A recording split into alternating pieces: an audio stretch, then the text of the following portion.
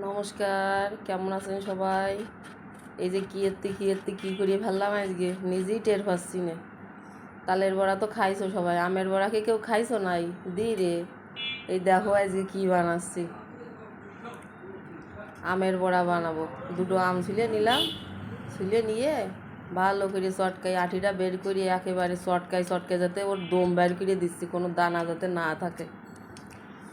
এবার ভালো করে চটকাই নিয়েছি দুটো আম একটু ভালো পাহা মিষ্টি মিষ্টি আম হবে, সেরাম হলেই ভালো হয়, যাতে আজকে ধুয়ে দিলি সেই আম পচিয়ে যাবে, সেরকম মিষ্টি আম নিতে হবে।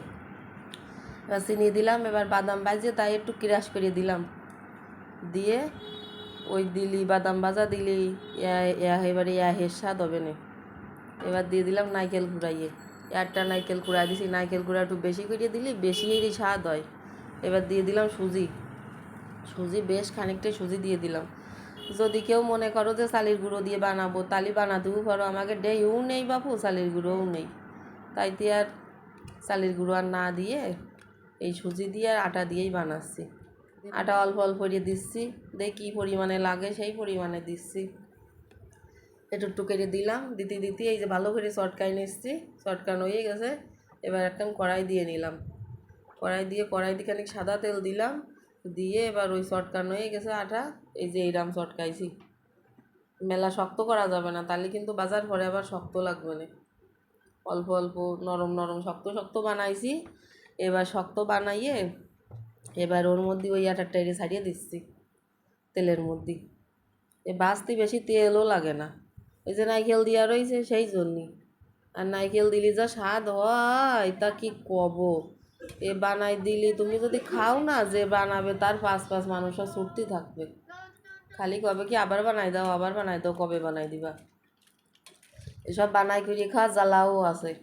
জ্বালা কি দৈনিক তোমারে কবে আবার বানাই দাও, তুমি ভালো রাঁধতে পারো তুমি বানাই দাও।